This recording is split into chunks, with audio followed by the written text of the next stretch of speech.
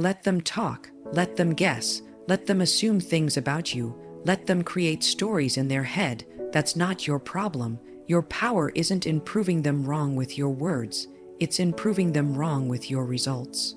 Every time you choose silence, you're doing something rare. You're doing something most people don't have the patience or self-control to do. You're focusing on you. In a world that screams, speak louder, show more, defend yourself, choosing silence takes a different kind of strength. It takes restraint, it takes vision, because silence doesn't mean you're passive. It doesn't mean you're weak. It means you're strategic. It means you're investing your energy where it actually matters. People will try to pull you into drama, into debates, into chaos. Why? Because it makes them feel important. But the moment you step in, you've already lost. You've already given up your peace for their noise. You've already let them take up space in your mind rent-free. And for what? A temporary sense of control, a moment of validation. That's not strength. That's distraction. Real power is built in silence. In the background, while they're talking, you're executing. While they're gossiping, you're growing. While they're watching everyone else, you're becoming the version of yourself that doesn't need to be seen to feel worthy. You don't need a crowd. You need clarity. You need purpose. You need momentum. And that never comes from noise. It comes from discipline. Silence gives you control over your reactions. It teaches you not to respond out of emotion. It teaches you patience, maturity, emotional intelligence. You don't need to prove your point to every critic. You don't need to explain yourself to people who don't even understand your mission. Let your silence make them uncomfortable. Let your actions speak louder than anything you could ever say. They won't get it, and that's okay. They're not supposed to. That's why it's your journey. That's why your focus has to be inward. Because the more you respond to every voice out there, the less you hear your own. And you can't build a life based on noise. You build it based on vision, on strategy, on relentless execution that doesn't need a stage. Choosing silence doesn't mean you're hiding. It means you're building something sacred. It means your time is too valuable to be wasted explaining your worth. It means you understand that real strength doesn't shout. It shows in how you carry yourself, in how you work, in what you achieve behind closed doors. So let them wonder, let them doubt you, let them talk. That's their game. You're playing a different one where you don't need attention to feel powerful, because you know, silence isn't weakness. It's where the real transformation begins.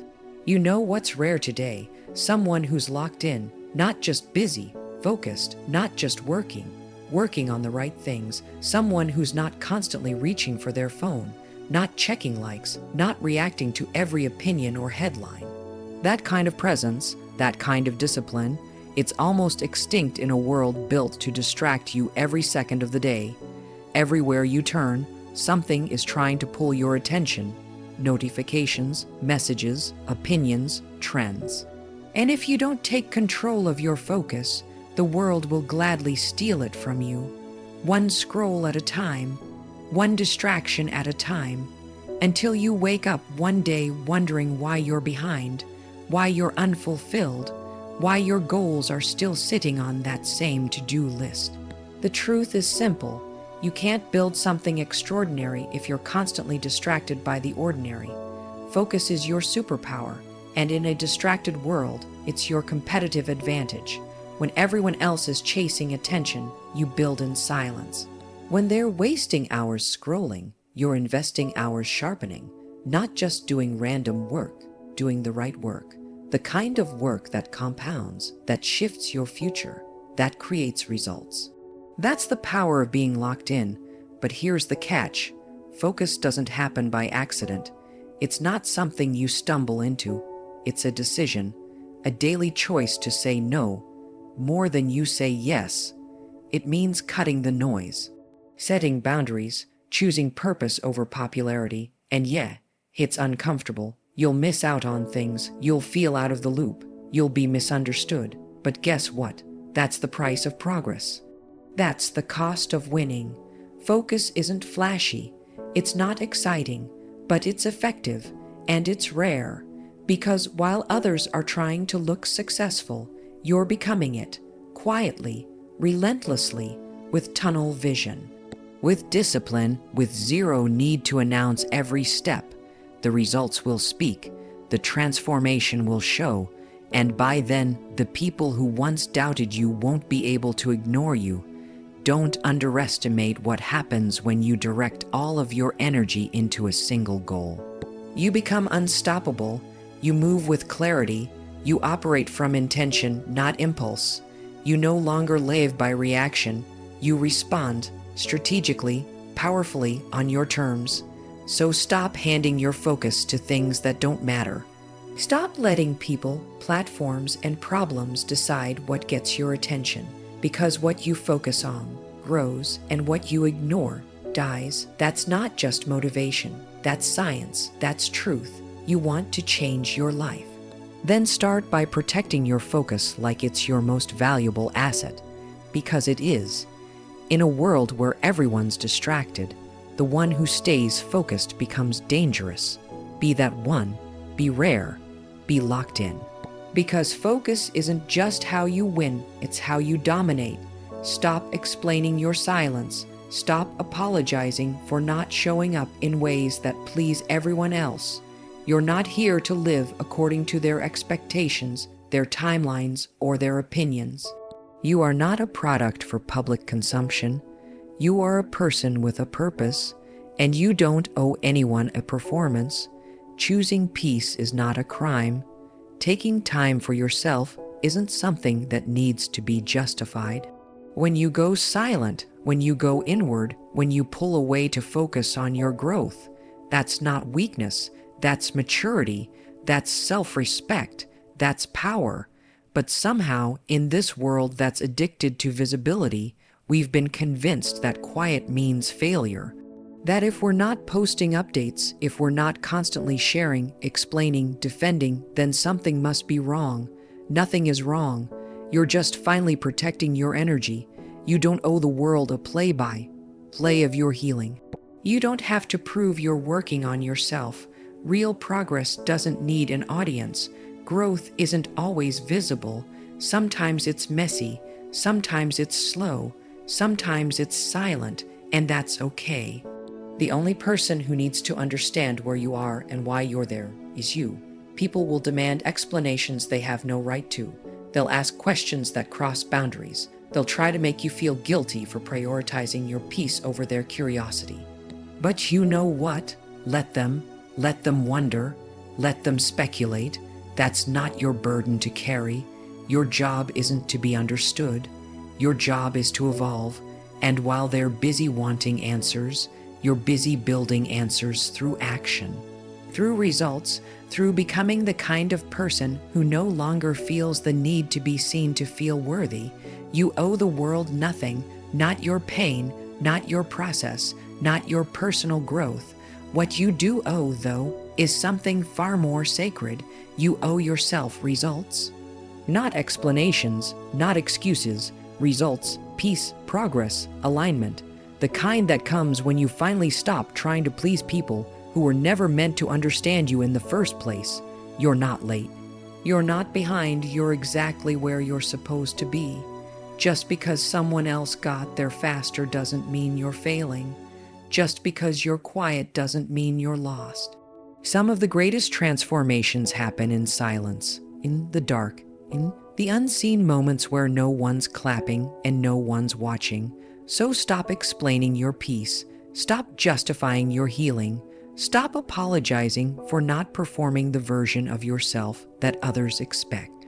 The only explanation you'll ever need, the life you create, the results you deliver, the peace you protect, and the boundaries you set, you don't owe them a word. You owe yourself everything. You want peace. Then start by setting boundaries, not just in your schedule, but in your soul. Real peace isn't something you stumble into. It's something you fight for.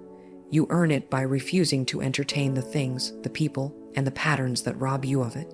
Peace doesn't come from avoiding problems. It comes from drawing a line and saying, "This is where I stop accepting chaos." Every single day, something is trying to pull you out of alignment, drama, distractions. Toxic conversations, people who dump their baggage on you without ever checking if you're okay, and if you don't protect your space, your energy, your clarity will disappear. Not all noise is external. Some of it comes from the guilt you feel when you say no. Some of it comes from years of being told that setting boundaries makes you selfish or cold. But let me tell you the truth, boundaries aren't barriers. They're bridges. They don't shut people out. They keep your peace in. Blocking the drama isn't rude. It's necessary. Walking away from what drains you isn't weakness, it's wisdom. Because the more you allow chaos to enter your life, the more it becomes normal. And eventually, you confuse survival with stability. But you were not meant to live constantly on edge. You were not built to be everything for everyone. You were created to live with purpose, with focus, with peace. But that won't happen until you decide you're done tolerating anything less. Stop waiting for people to understand why you're protecting your energy. They don't have to. Your job isn't to convince them. Your job is to stay rooted in your clarity. Your silence doesn't mean you're passive. It means you've stopped arguing with people who benefit from your confusion.